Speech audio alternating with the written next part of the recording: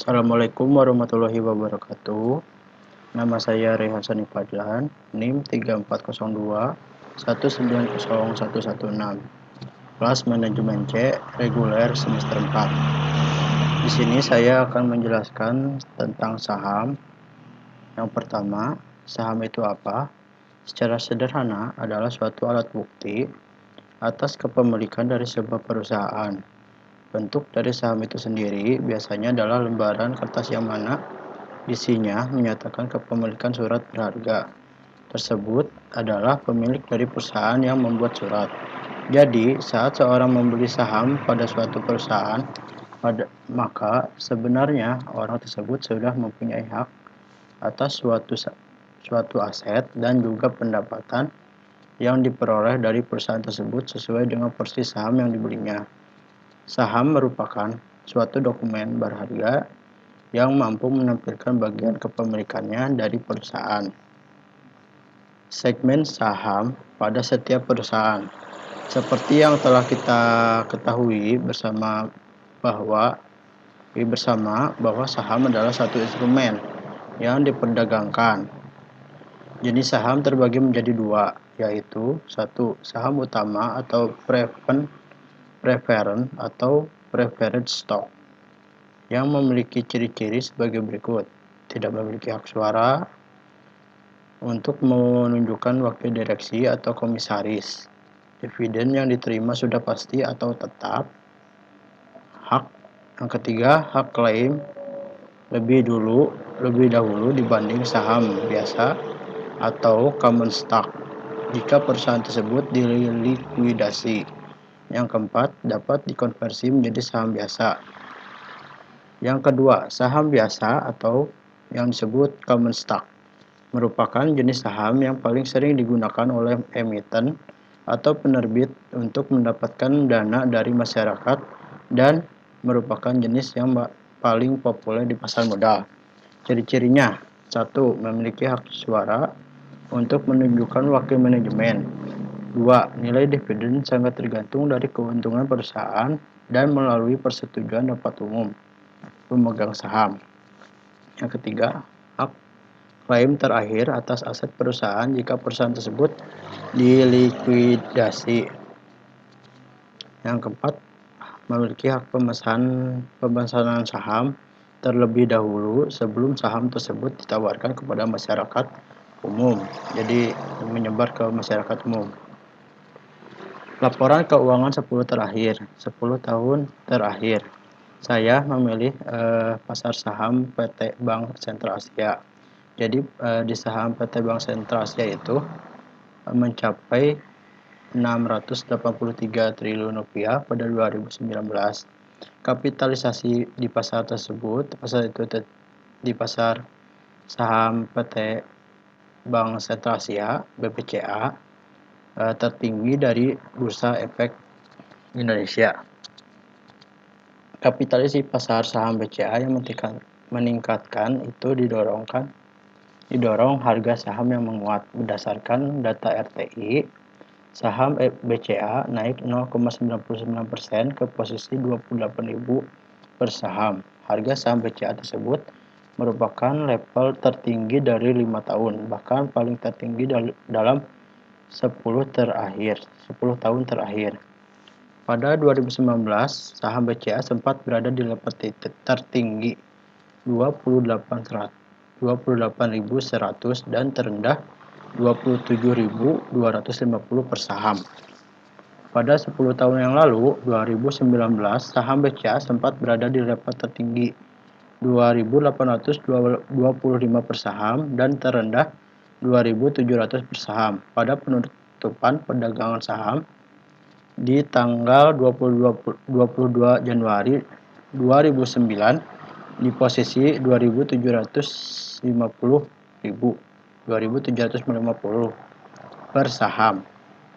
Jika dihitung selama 10 tahun terakhir, saham BCA melonjak 918,18% dari posisi 2.750 per saham menjadi 28.000 per saham pada 2019. Pengaruh naik turunnya saham. dikarenakan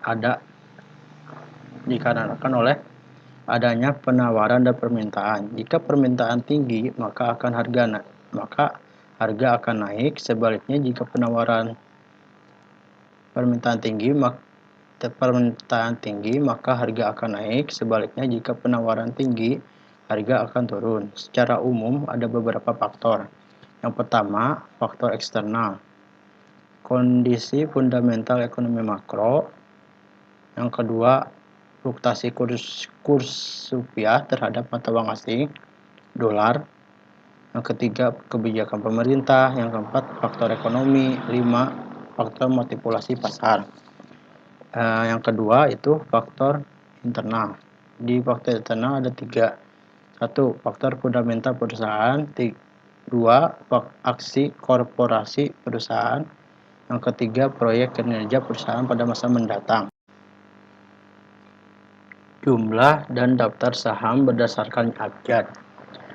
Saya menyusun dari abjad A sampai Z sebagai berikut.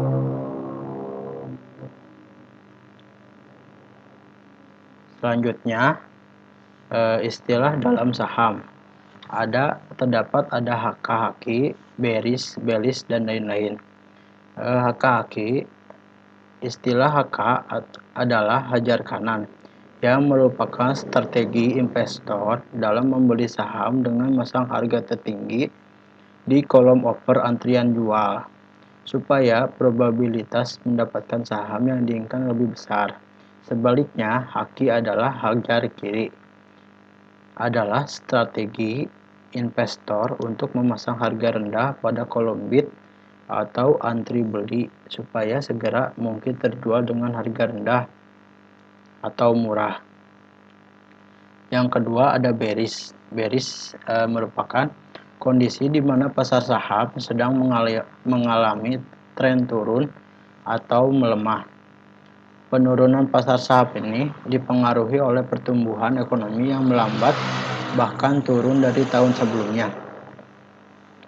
Yang ketiga ada bullish.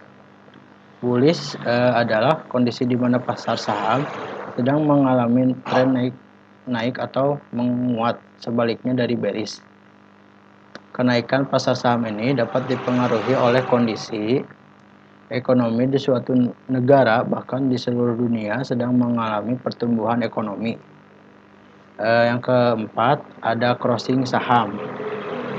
Crossing saham itu adalah transaksi jual beli saham di pasar negosiasi antara nasabah yang dilakukan melalui satu broker anggota bursa. Yang kelima, open buy dan open sell. Open buy adalah nilai order beli dari nasabah yang sedang berada di dalam antrian, dan open sell nilai order jual dari nasabah sedang berada di antrian. Selanjutnya ada perbedaan nabung di bank versus nabung di saham. Fungsi dari kedua tersebut, menabung biasanya digunakan untuk alokasi dana cadangan, yakni untuk berjaga-jaga mencukupi kebutuhan sehari-hari. Bisa sehari bisa ngambil ke ATM kalau menabung itu.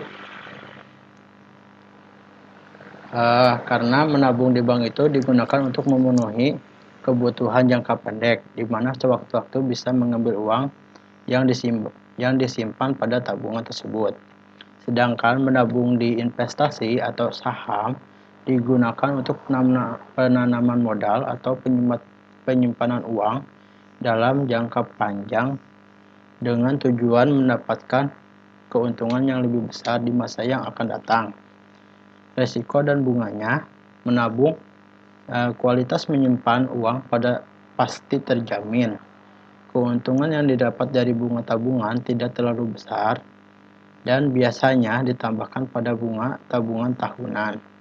Investasi atau saham risiko, kerugian yang lebih tinggi, bahkan kemungkinan uang yang diinvestasikan bisa jadi habis yang mengalami kerugian.